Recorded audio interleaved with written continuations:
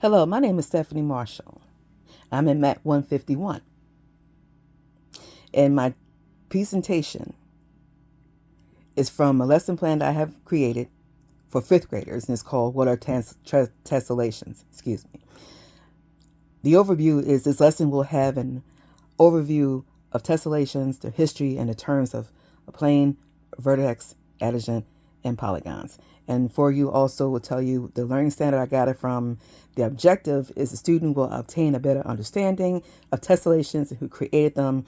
The student will know the terms of plane, vertex, adjacent, and polygons.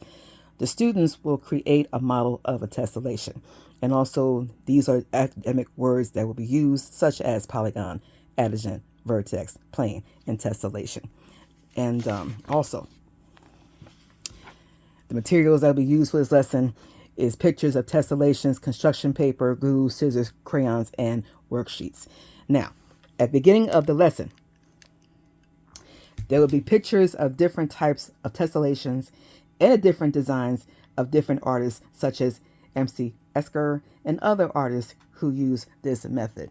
The next part of the lesson is I will explain what is a tessellation, a plane, vertex, adjacent, and the types of polygons such as an octagon, hexagon, and trapezoid. So right here, I'll be handing out worksheets for the children to look at.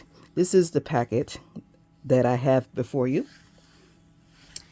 And it says, what is a tessellation? A tessellation is a design using one or more geometric shapes with no overlaps, no gaps. The idea that the design could be continued infinitely to cover the whole plane, though of course we can only draw in small portions.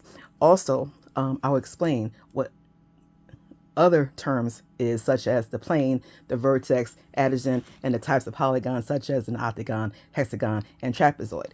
Within the packet, I'll have the children turn in their packets to show them what a tessellation looks like.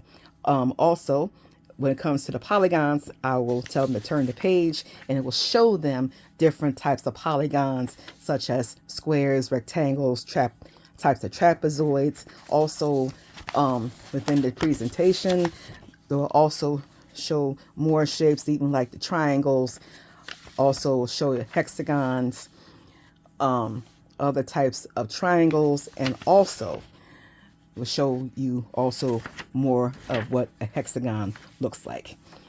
After the lesson, I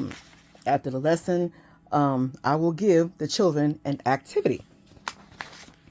It will be a class activity to show them the difference between what is a tessellation and what is not a tessellation. For example, I will read to them the example and saying, check the boxes that show tessellations. And tessellations cover a flat surface with no overlaps or gaps. And I will tell them the first picture. Is it a tessellation or is it not a tessellation? And the kids will say, yes, it is a tessellation. And they will check off the box. And I will tell them, show me which is not a tessellation. And I will say, for example, in this picture, is this a tessellation or is this not a tessellation? And if they tell me it's not a tessellation, it will not be crossed out, and so on and so forth. And after that, during this lesson, I will tell them to create a model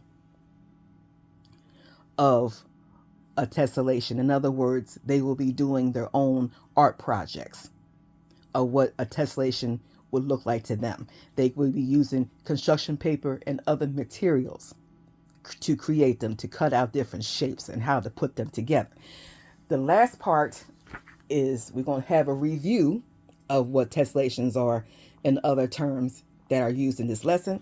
At the end of the day, they will be handed out a homework worksheet.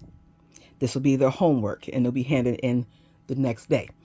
The homework will be for them to fill in the boxes and the shapes to create a tessellation and to be handed in the next day. Thank you for your time, and this is my 5-minute presentation. Thank you.